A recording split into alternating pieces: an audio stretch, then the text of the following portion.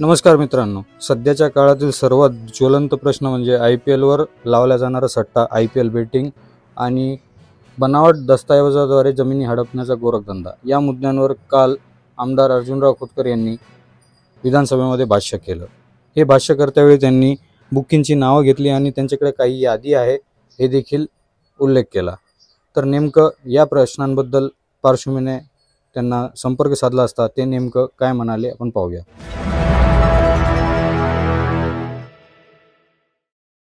आता यामध्ये काही कुळाच्या जमिनी आहेत. त्या कुळाच्या जमिनीवर सुद्धा खोटे दस्तावेज करायचं काम सुरू आहे. वर्ग 2ची वर्ग 1 दाखवतात. बनावट कागदपत्र तयार करून लोकांना फसवू लागले आहेत. बनावट लेआउट तयार केलेत, बनावट नकाशे तयार केले, बनावट बांधकाम परवाने हे सर्व तयार करून घेतलेले आहेत. सामान्य माणसाला फसवण्याचा धंदा या ठिकाणी सुरू आहे.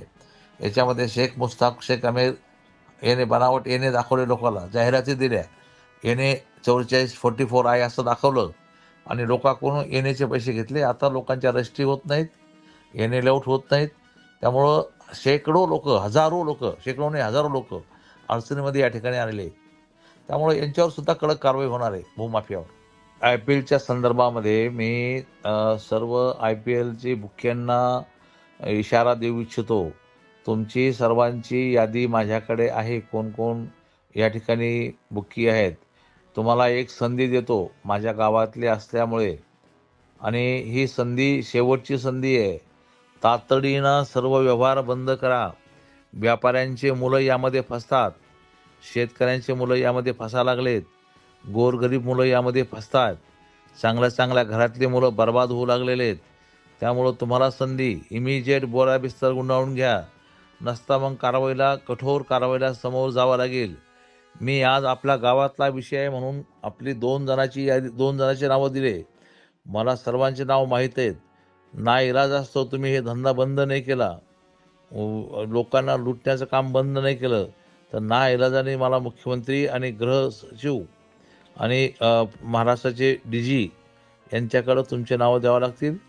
सुधरून घ्या. एक संधी, शेवटची संधी. भाऊ, जी आपण सांगितली की आपल्याकडे यादी आहे, तर ही किती लोकांची यादी आहे? आपल्याला जे आपण म्हणताय की आपण तुमच्याकडे सगळ्यांची यादी आहे आणि तुम्ही देणार आहात, तर हे सुधारलं नाही तर? म्हणजे तुम्हाला आश्चर्य होईल गोपाल, की एवढी चांगली लोक यामध्ये इन्व्हॉल्व आहेत आणि अक्षरशः गरिबांची आणि व्यापाऱ्यांच्या मुलांची लूट चालू आहे. हां हां. अक्षरशः लूट चालू आहे.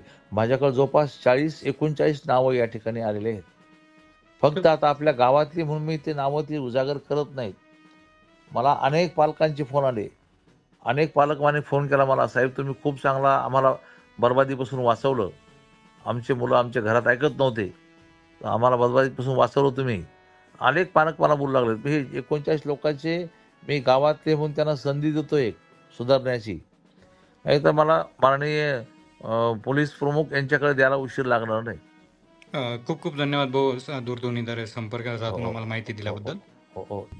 दूरध्वनीद्वारे आमदार अर्जुनराव खोतकर यांच्याशी संपर्क साधला असता त्यांनी सांगितलं की जालन्यातील सर्व बुकिंगची यादी त्यांच्याकडे आहेत. वेळीच ते सुधारले नाही आणि आपला बोरा बिस्तर गुंडाळला नाही तर ते ही यादी मुख्यमंत्री तसेच मुख्य सचिवापर्यंत देतील आणि कठोर कारवाईला यांना सामोरे जावे लागेल.